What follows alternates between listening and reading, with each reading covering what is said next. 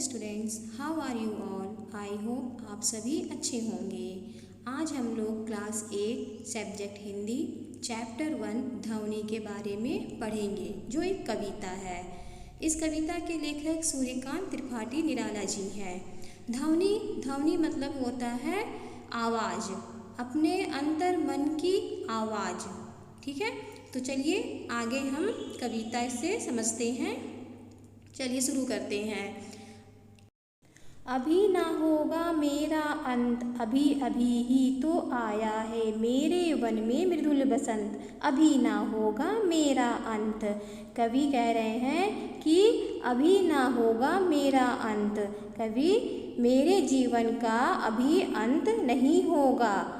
अभी अभी तो आया है मेरे वन में मृदुल बसंत, यानी मेरे वन में जो मृदुल रूपी बसंत का अभी अभी तो प्रवेश हुआ है, अभी अभी तो आगमन हुआ है। इसलिए अभी ना होगा मेरा अंत, इसलिए अभी मेरे जीवन का अंत नहीं होगा। कवि ने यहाँ पर बसंत का जिक्र किया है। बसंत क्या होता है? बसंत प्रकृति का चरमोत्कर्ष पाठ होता है। जब प्रकृति अपनी जवानी पर होती है तब उसे हम कहते हैं बसंत। ठीक है, तो बसंत इसे क्यों बोलते हैं? क्योंकि उस समय प्रकृति की छटा अनमोल होती है। उसी प्रकार यौवन में, मनुष्य के जीवन में यौवन का समय आता है, अर्थात जवानी का समय आता है। उसी समय वह सबसे स्फूर्तिमान सौंदर्य वाला होता है, चाहे वह स्त्री हो चाहे वह पुरुष हो। ठीक उसी प्रकार से उन्होंने ये चीज़ें बताई हैं कि मेरे जीवन में बसंत का प्रवेश हुआ है, यानी मेरे वन में जो मृदुल रूपी बसंत का अभी अभी आगमन हुआ है, इसलिए मेरे जीवन का अंत अभी नहीं होगा। दूसरे पंक्ति में देखते हैं कवि क्या कहना चाहते हैं।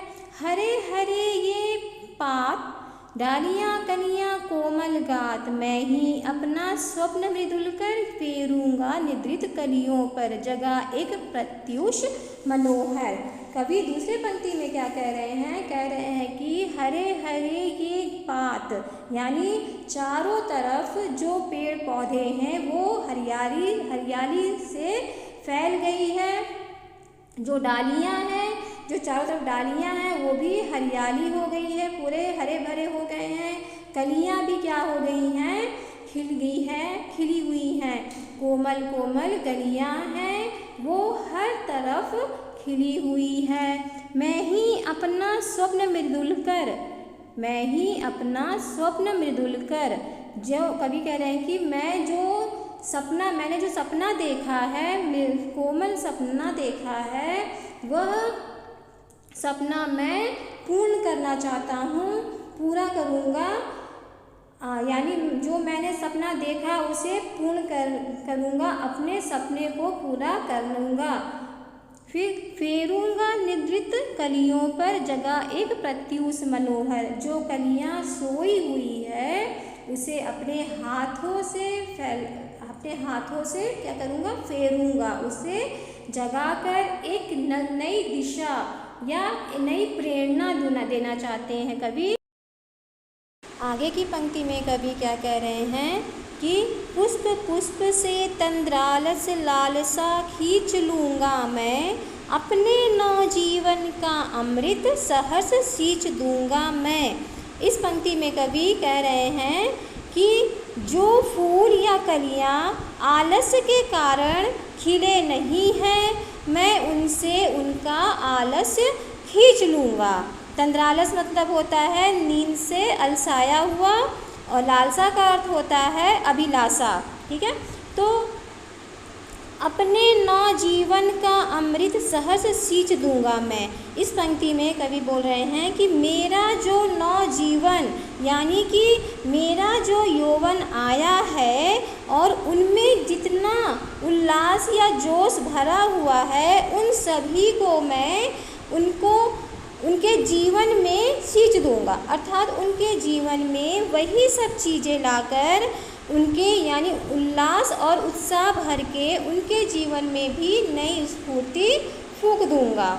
तो जितना आलस से भरा हुआ है, जो कलियाँ नहीं खिलना चाह रही हैं, यानी जो लोग निराश हो चुके हैं, उनके जीवन से मैं सारी निराशा को खींचकर अपने जीवन में से उल्लास और उमंग उनके जीवन में भर दूंगा। यानी कवि कहना चाह रहे हैं कि प्रकृति के द्वारा निराश और हताश लोगों के जीवन को खुशियों से भरना चाहते हैं। वे कहते हैं कि मैं एक एक फूल से आलस्य को खींच लूँगा, अर्थात मैं आलस में पड़े जो नवयुवकों हैं, नवयुवकों के मन में नए जीवन का अमृत खुशी से भर दूँगा।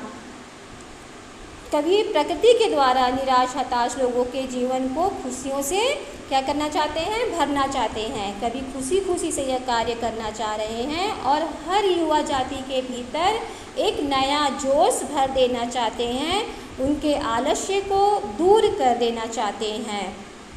ठीक है, तो आगे की पंक्ति चलिए देख लेते हैं। द्वार दिखा दूंगा फिर उनको, है मेरे वे जहाँ अनंत, अभी ना होगा मेरा अंत।